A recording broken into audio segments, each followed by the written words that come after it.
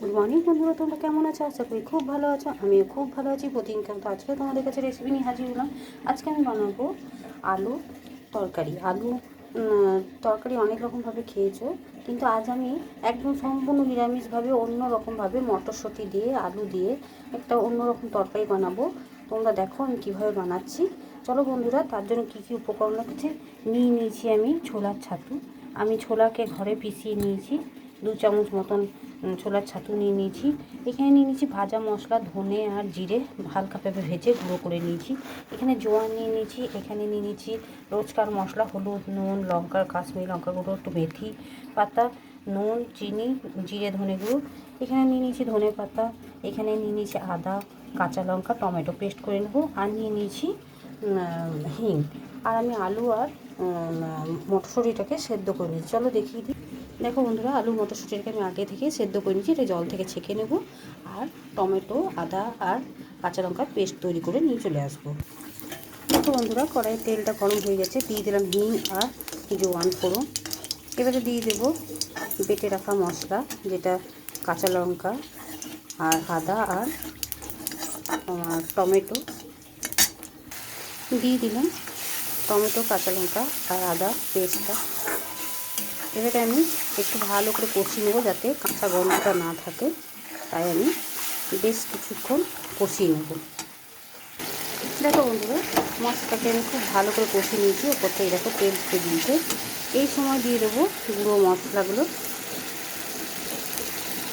এরপর গুঁড়ো মশলাটা দিয়েও বেশ কিছুক্ষণ কষিয়ে নেবো, যাতে জিরে, ধনে কাঁচা গন্ধটা না থাকে। তাই খুব ভালো করে আমি কষিয়ে নেব। আর তোমরা একবার হলেও বাড়িতে নিরামিষ দিনে এই রেসিপিটা বানিয়ে খেয়ে দেখবে, দারুণ লাগে। ভাবছো যে কী বানাবো নিরামিষ দিনে, রুটির তরকারি বলো, পরোটার তরকারি বলবো, ভাত দিয়েও ভালো লাগবে। এইভাবে তোমরা একবার অতি অবশ্যই বানিয়ে খেয়ে দেখবে। এভাবে আমি একটু কিছুক্ষণ কষিয়ে নেব। দেখো বন্ধুরা, মশলাটা খুব ভালো মতন কষানো হয়ে গেছে। এরপর আমি দিয়ে দেবো ওপর থেকে ছাতু। বড় চামচে 2 চামচ মতো ছাতু দিয়ে দিলাম। এবার ছাতুটা দিয়েও খুব ভালো করে কষিয়ে নেব। যদিও বা ছোলাগুলো ভাজাই ছিল, তোমরা এর পরিবর্তে বেসনও ব্যবহার করতে পারো। এবার আমি ছাতুটাকে দিয়ে কিছুক্ষণ নেড়ে চেড়ে নেব। দেখো বন্ধুরা, খুব ভালো মতন কষিয়ে নিলাম। এরপর আমি দিয়ে দেবো যে মটরশুঁটি আর আলু সেদ্ধ করেছি সেটা। অনেক সময় তো আমরা কাঁচা আলুতেই বানাই, না হয় একদিন সেদ্ধ করেই বানিয়ে খেয়ে দেখবে। এইভাবে দারুণ লাগবে, খেয়ে দেখবে। এবারে আমি আলু মটরশুঁটিটা দিয়ে দেব। এরপর আলু মটরশুঁটিটাও ওই মশলার সাথে খুব ভালো করে কষিয়ে নেব।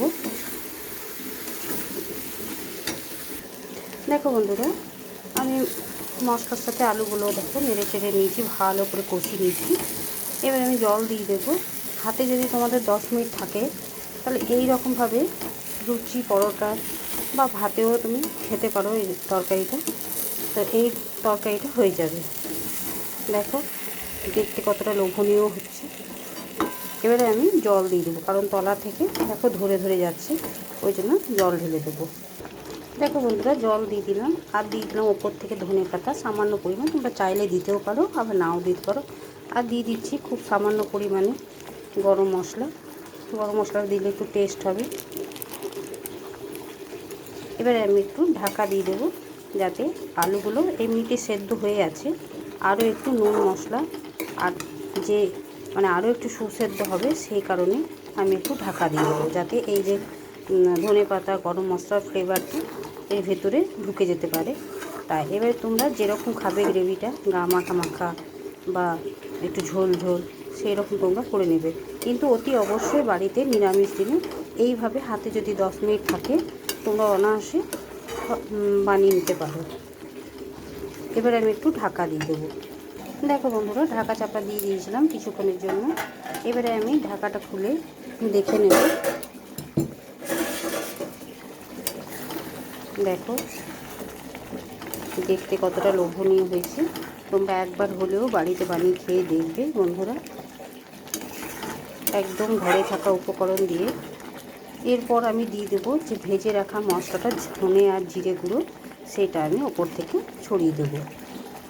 দিয়ে দিচ্ছি ধনে আর জিরের যে ভেজে রেখেছি সেই গুঁড়োটা।